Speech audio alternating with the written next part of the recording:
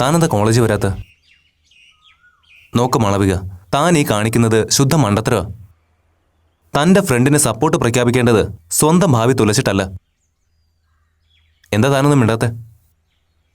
അരുൺ എന്തിനാ വന്നത്? സത്യം പറഞ്ഞാൽ വന്നത് ഇയാളെ കാണാൻ വേണ്ടി തന്നെയാ. എൻ്റെ ചേച്ചിക്കും ഭർത്താവിനും ഇയാളെയും ഇയാളുടെ പാരൻസിനെയും ഒന്ന് ഇൻട്രൊഡ്യൂസ് ചെയ്യാൻ. ഞാൻ എൻ്റെ വീട്ടുകാരെയും കൂട്ടി വന്ന് തൻ്റെ വീട്ടിൽ പ്രപ്പോസ് ചെയ്തോട്ടെന്ന് ചോദിച്ചപ്പോൾ താനൊന്നും പറഞ്ഞില്ലല്ലോ. ആ മൗനം ഞാനൊരു സമ്മതമായിട്ടങ്ങ് എടുത്തു. നോക്കരുൺ, ഞാൻ അങ്ങനൊന്നും മീൻ ചെയ്തിട്ടില്ല. അത് മാളവിക വെറുതെ പറഞ്ഞാണെന്ന് എനിക്കറിയാം.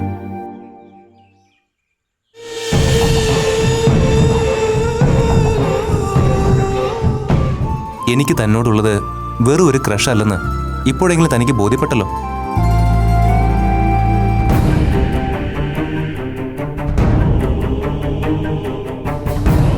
ഞാൻ എൻ്റെ വാക്ക് പാലിച്ചു. ഇനി തീരുമാനം തൻ്റേതാ.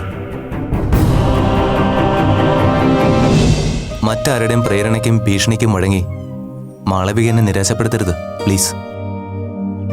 ഇയാളുടെ വീട്ടുകാർക്ക് ഈ അലയൻസിൽ താല്പര്യമുള്ളതുപോലെയാ എനിക്കും എൻ്റെ വീട്ടുകാർക്ക് മനസ്സിലായത്.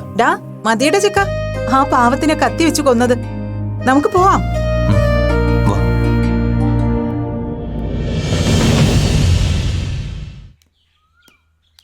ഞങ്ങൾ പോട്ടെ മോളെ, ഇടയ്ക്ക് ഇതുപോലെ വരാം. ഞാൻ പറഞ്ഞ കാര്യം മറക്കണ്ട. ശരി. അപ്പൊ ശരി. ശരി.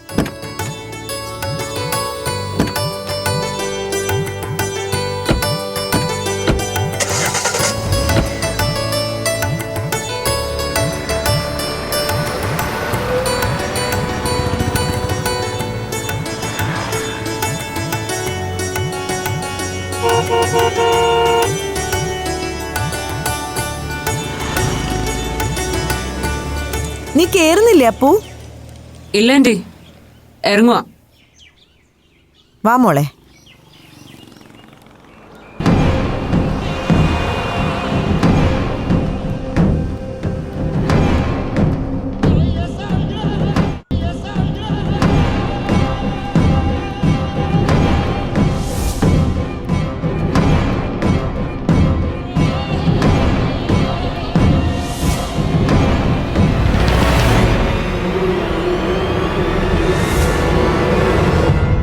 ഇനി എന്തോന്നാ പിള്ളേരെ ഇതിൽ ഇത്ര ആലോചിക്കാൻ?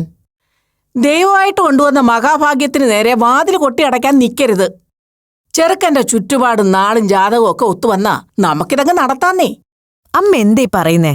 ഇപ്പോഴേ അവളെ പിടിച്ച് കെട്ടിക്കാനോ? അവള് കുഞ്ഞല്ലേ. കുഞ്ഞോ? എടി, മാളുവിന്റെ ഈ പ്രായത്തിലെ ഞാൻ നിന്നെ 6 മാസം ചുമക്കുക, അതറിയോ? അന്നത്തെ കാലമൊന്നും അല്ലല്ലോ അമ്മ. ഇപ്പോ പെൺകുട്ടികൾ പഠിച്ച് ജോലിയൊക്കെ സമ്പാദിച്ചതിന് ശേഷം മാത്രം സെറ്റിൽ ചെയ്യാൻ ശ്രമിക്കുന്ന ഒരു സമയമായത്. എടാ മോനെ, ഈ ജോലിയും കൂലിയും എന്നൊക്കെ പറയുന്നതേ തലേ വരച്ചിട്ടുള്ളവർക്ക് മാത്രം പറഞ്ഞിട്ടുള്ള സംഗതിയാ. ദേ, ഇവക്ക് ബാങ്കിൽ ജോലി കിട്ടിയതെപ്പോഴാ? നിങ്ങളുടെ കല്യാണം കഴിഞ്ഞ് 1 കൊല്ലം കഴിഞ്ഞിട്ട്. ഇവക്ക് ജോലി കിട്ടിയിട്ട് മതി കല്യാണമെന്ന് ഞാൻ വാശി പിടിച്ചു നിന്നോ? ഇല്ലല്ലോ. അതാ പറഞ്ഞത്, കല്യാണവും ഉദ്യോഗവും എന്നൊക്കെ പറയുന്ന ഒരു യോഗ വന്ന് നമ്മൾ അന്വേഷിച്ച് നല്ലതെന്ന് തോന്നുന്നു വരുമ്പോ അങ്ങ് കൈ കൊടുത്തോണം. അല്ലെങ്കിൽ പിന്നെ അതോർത്ത് നിരാശപ്പെടേണ്ടി വരും. ആ പയ്യനും അവന്റെ വീട്ടുകാർ സ്ട്രെയിറ്റ് ആണെന്ന് തോന്നുന്നു. ദുബായിൽ സ്വന്തം ബിസിനസ് എന്നൊക്കെ പറയുമ്പം അത്യാവശ്യം നല്ല ചുറ്റുപാടായിരിക്കുകയും ചെയ്യും. അതെ. മാത്രമല്ല, ആ ചെറുക്കനും വളരെ ഇംപ്രസീവായിട്ട് തോന്നി. മാളവികയും അവനും തമ്മിൽ ചേർച്ചക്കുറവൊന്നുമില്ല. ഇത്രയൊക്കെ ചേർച്ചയുണ്ടെങ്കിൽ പിന്നെ എന്തിനാ മോനെ ഇതിങ്ങനെ വെച്ച് നീട്ടുന്നത്? കാര്യങ്ങൾ കെടുപിടിയെന്നൊരു തീരുമാനം ഉണ്ടാക്കാൻ നോക്ക്.